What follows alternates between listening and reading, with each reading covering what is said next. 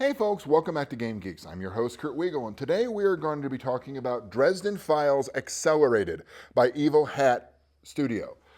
Dresden Files Accelerated was the last promised product that came out of the Fate Core Kickstarter from several years ago. It took them a while to hammer this into shape because you had to take the Dresden Files role-playing game, which was two pretty meaty tomes. Now, we reviewed those previously. Go take a look. Pretty meaty tomes, and then condense it down to use the Fate Accelerated system, which was even more condensed than Fate Core. And on top of that, find a way to use all of the Dresden-y stuff, like how magic works, the 3 different kinds of vampires, all that, into this one system. Overall, the product is really good. Now, I'll be right up front here. I'm not the biggest fan of Fate Accelerated, mainly because I think they streamlined it too much. So they've taken out the skill list that you had in Fate Core, and they've replaced it with approaches. Approaches being how your character does things. So instead of a strength stat, you have a force stat. Okay, so the approaches you have are flair, focus, force, guile, haste, and intellect. The reason this is ishy to me is it's really easy for a player to say every single one of my actions fall under the umbrella of my one best approach. Now, the way around that is for your game master to say no, and the rest of the players to kind of have a weigh in as well. I had a decent experience with something like this using the Demon Hunters role-playing game last year, where a player tried to pull something and I said no, and the rest of the table said, no, you can't do that way. No, you cannot use flair to hack a computer when you're on top of a weather tower in a thunderstorm. You got to do that carefully. So it is manageable. One of the major things that they did differently, though, was most of the characters now are defined by way of a mantle.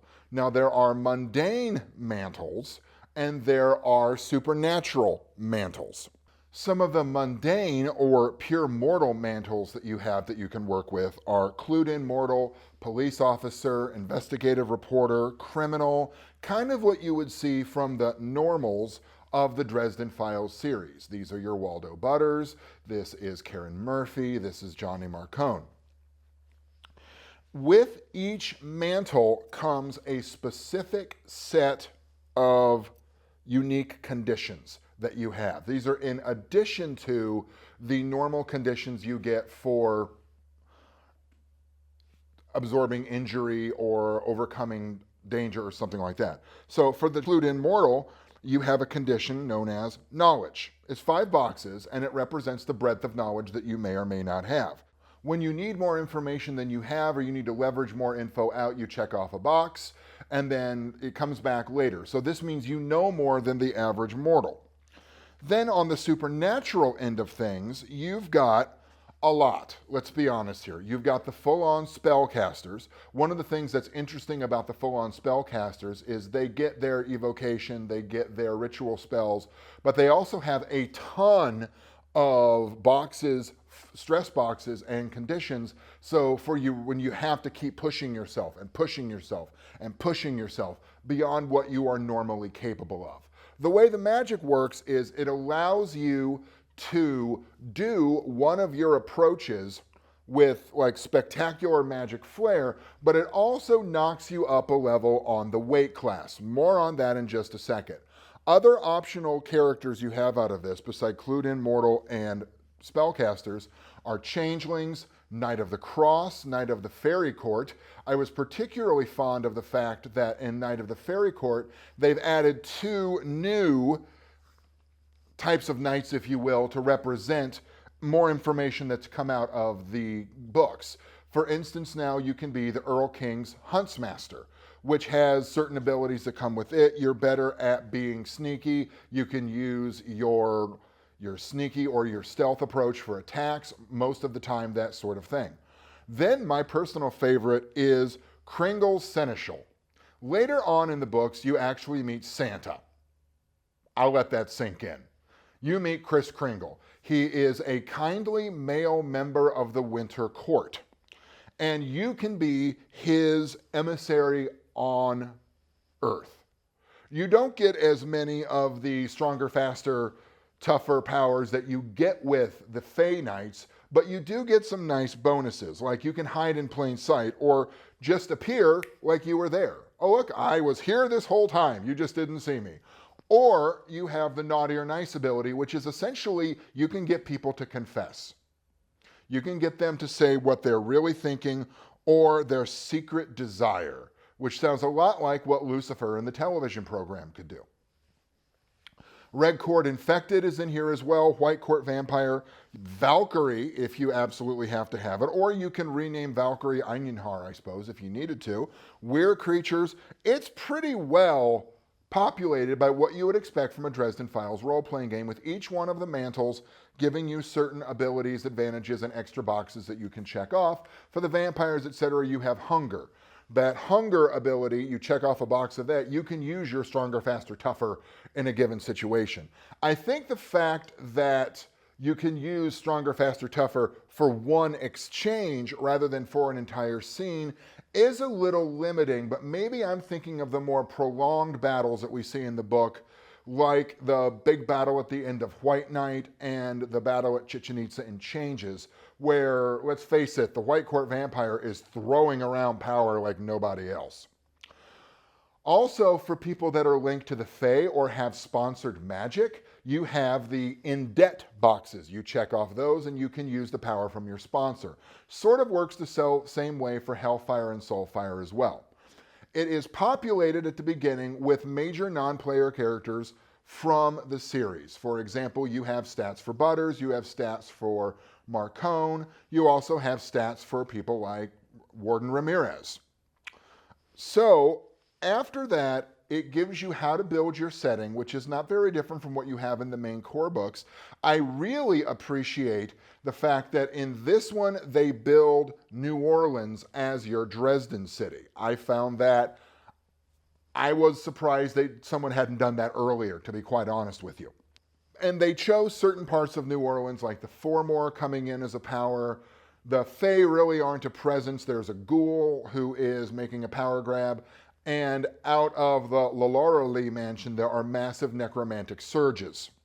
Now, the weight class I mentioned is specifically called scale within the book. This represents the level of power differences between various characters that you meet. For example, you have mundane, which is at the low end of things, supernatural, which is where most of your beginning supernatural, pardon the pun, types start. Above that, you have otherworldly, and these are the real power players in the mortal realm. Legendary, which is the rank above that, obviously, and finally, godlike. Now, examples of some of these that you need to be concerned about in terms of that power level is something like a Loup-Garou, which is a near unstoppable wolfman, or a Fetch, which is a creature from the Fae. Those are at the otherworldly scale. The Fey Knights, they can get there if they've become a very experienced Fey Knights. What the scale gives you is for every rank above, let's say you're targeting someone or something, and for every rank above on that scale list, you are then your target, you get one of these benefits. Either a flat +1 to the roll, an additional 2 shifts of effect, or an additional tag of an advantage that you create. This is why it is very dangerous to go up against things that are way out of your weight class, as the characters in the books have learned time after time. There is a nice sidebar about how Dresden works his way around this by running, getting help, and figuring out what things' weaknesses are. And the latter part is a great way of using and putting aspects on things that you, as a creative player and creative GM, can work together with.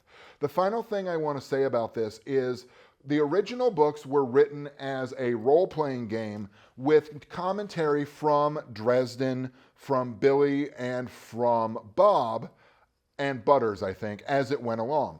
This has a similar conceit in the way that it is written. The difference being it is written by the archive and commentated on by Kincaid. So there's some nice back and forth there, some hints that a lot of things that we don't know are going on, etc. I didn't expect to like this book as much as I did, principally because I got a thing about Fate Accelerated and the use of those approaches. They got around that very nicely here, and they've cleaned it up considerably from some of the early playtest stuff that I saw. If you like Dresden Files and you are intimidated by a stack of books that thick, including the Paranet papers, that you don't either feel like slogging your way through or trying to teach everyone, and or you want a simpler way to do things or to bring new players in, this is a great way to do it. For Game Geeks, I'm your host, Kurt Wiegel, but before I go for good and say good day and good gaming, I want to tell you this.